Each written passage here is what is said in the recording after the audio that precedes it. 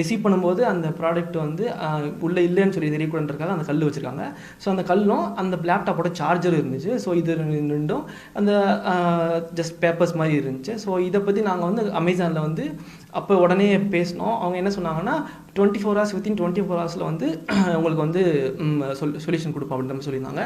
But இருந்தாலும் எங்கள் சேஃப்டிக்காக நாங்கள் என்ன பண்ணோம்னா ஆன்லைனில் ஒரு கம்ப்ளைண்ட் வந்து ரெஜிஸ்டர் பண்ணிவிட்டு நியர்பையில் இருக்க வடபழனி ஸ்டேஷனில் போயிட்டு இது மாதிரி இன்ஃபார்ம் பண்ணியிருந்தோம். அவங்க ஸ்டேஷனில் என்ன சொல்லியிருந்தாங்கன்னா இது வந்து அமேசான் பிளாட்ஃபார்ம்லேயே நீங்கள் போய் பாருங்கள், ஐ மீன் அவங்களே வந்து சால்வ் பண்ணி கொடுத்துருவாங்க. இல்லாட்டி அதுக்கப்புறம் அங்கே முடியலாட்டி வேணால் அது நெக்ஸ்ட்டாக ஃபர்தராக ஏதாவது ப்ரொசீட் பண்ணலாம் அப்படின்ற மாதிரி சொல்லிட்டாங்க.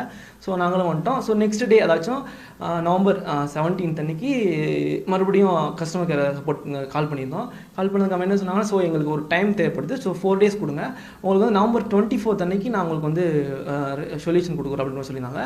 நாங்கள் இதே பக்கத்தில் இருக்க வேர் ஹவுஸ் வந்து